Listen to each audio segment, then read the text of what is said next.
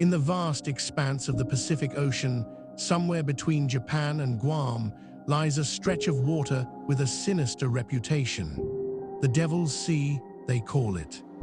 A graveyard of ships, a place where vessels vanish without a trace, where navigators lose their instruments, where the ocean itself seems determined to claim every soul that dares to cross its waters.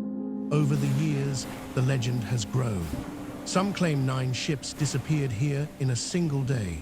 Others speak of whole convoys lost to the deep. A merchant vessel here, a military transport there, all consumed by an ocean determined to keep its secrets. But what if the greatest mystery isn't what happened in the Devil's Sea, but how the Devil's Sea even became mysterious in the first place? The story begins not with maritime disaster, but with a headline. In 1955, Japanese newspapers published an article about disappearances in the waters near Japan. The article appeared in major publications, creating a sensation. The Devil's Sea, journalists began calling it, invoking the more famous Bermuda Triangle as a parallel.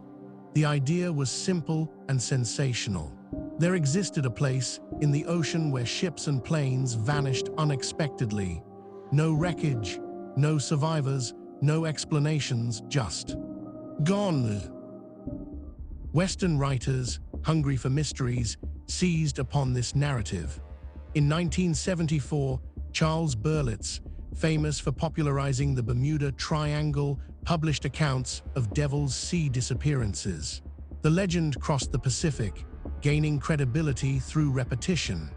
Soon, the Devil's Sea became an accepted part of mystery folklore, right alongside Area 51 and the lost city of Atlantis. But legend and history are not the same thing. When researchers began looking into the specific cases mentioned in these popular accounts, something curious emerged. Most of the ships didn't vanish mysteriously at all. They had perfectly ordinary explanations.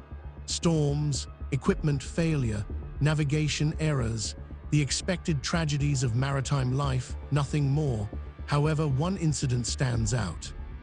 On September 25, 1952, a Japanese research vessel named the Kaiyo Maru No. 5 was conducting a depth survey in the Izu Peninsula region when it encountered an underwater volcanic eruption. The vessel sank, tragically killing 31 people aboard. It was a genuine disaster, a real maritime tragedy caused by a violent geological event. But this incident, this genuine catastrophe, was woven into the Devil's Sea mythology, not as a cautionary tale about volcanic hazards, but as evidence of an unexplained mystery. And that's where geology enters our story. Because the Devil's Sea region isn't mysterious at all. It's one of the most geologically active areas on Earth. The region sits squarely on the Pacific Ring of Fire, where multiple tectonic plates converge and collide. This convergence creates an incredibly unstable seafloor. Underwater volcanoes are common. Submarine earthquakes are frequent. Methane hydrates, frozen pockets of natural gas trapped in sediment, can suddenly release, creating sudden changes in water density. A ship floating in calm water one moment can suddenly find itself sinking through destabilized water the next. Magnetic anomalies in the area can interfere with navigation instruments, temporarily disorienting sailors and pilots. Sudden currents and whirlpools can develop with little warning. Rogue waves, caused by the collision of multiple ocean swells, can strike with devastating force. The Devil's Sea's reputation, in other words, is exactly earned, but not by mysterious forces. It's earned by extremely ordinary, entirely explicable geological hazards that have been causing maritime incidents for as long as humans have sailed these waters. So why did Western audiences embrace the idea of a mystery? That answer belongs to a man named Larry Kush, a researcher who decided to investigate not the Devil's Sea itself, but the claims made about it. Kush began tracking down specific cases. He accessed newspaper archives, naval records, and insurance documents. What he discovered was methodical and thorough.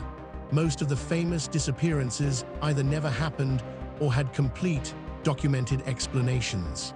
Some ships had sunk in bad weather, which isn't mysterious. Others had been lost years before or in entirely different locations. Some vessels had disappeared decades earlier, then been retrofitted into the legend by later writers looking for dramatic examples. Cushy's investigation, published as serious skeptical research, demonstrated a crucial pattern. The Devil's Sea mythology had been constructed backwards, not from evidence, but from a desire for mystery. Writers had searched for incidents that seemed to fit, then interpreted them through the lens of the paranormal. It's a pattern we see throughout modern mythology. Once the idea of the Devil's Sea caught cultural imagination, it became self-reinforcing. Every maritime accident in the region, no matter how mundane the cause, was interpreted as potential evidence of the mystery. Every scientific explanation was reframed as a cover-up. Why? Because the mystery was too compelling to abandon. A region where ships vanish for no reason makes for a more interesting story than a volcanic region with unstable seafloor causes occasional maritime accidents, just like similar regions throughout the world.